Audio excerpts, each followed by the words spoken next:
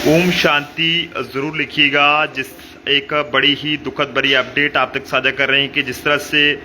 कटरा में जो है वो माता वैष्णो देवी जी के ट्रैक पर एक बहुत ही बड़ा हादसा पेश आया था, जिसमें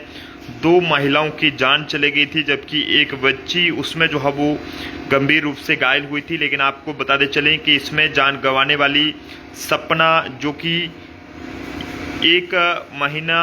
जो है वो इनकी शादी के हुआ था, और उसके बाद माता वैष्णो देवी जी के दरबार में पहली बार जो है वो अपने पति के साथ वहां पर पहुंची थी। लेकिन किसी ने भी ये नहीं सोचा था कि इस तरह से वो जो है वो अपने घर वापस जो है वो नहीं पहुंच पाएंगी।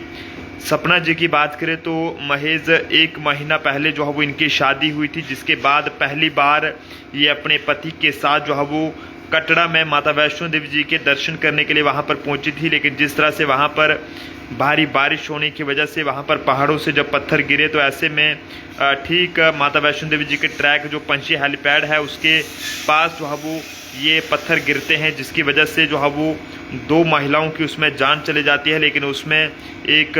सपना जी की बात करें तो ये भी थे, जिनकी तस्वीर इस समय जो है आप सब लोग अपने अपने मोबाइल स्क्रीन पर देख पा रहे हैं, जिनकी उसमें जो है वो जान चली गई है। लेकिन बड़ा ही दुखद रहा है, और वहीं उनके पति का भी रो रो कर बुरा हाल है, जो शायद ही किसी ने भी नहीं सोचा था कि ऐसी कोई उनके साथ घटना पेश आएगी कि जिससे सपना जी की उसमें जो है वो जान चले जाएगी। तो आप सब लोग ज़रूर इनकी आत्मा की शांति के लिए दुआ करें। हम माता रानी जी के आगे, वाहिगुरु जी के आगे, अल्लाह के आगे यही दुआ करते हैं कि सपना जी की आत्मा को शांति मिले। और काफ़ी दुखद पल हैं, हालांकि परिवार में मातम छाया हुआ है कि किस तरह से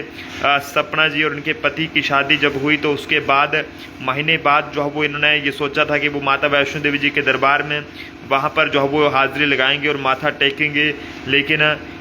रास्ते में जिस तरह से ये पूरी घटना घटी, तो उसके बाद परिवार में भी मातम छाया हुआ है, और परिवार पर भी दुखों का पहाड़ टूट गया है कि आखिरकार जिस तरह से जिस परिवार में शादी को लेकर खुशियाँ थी और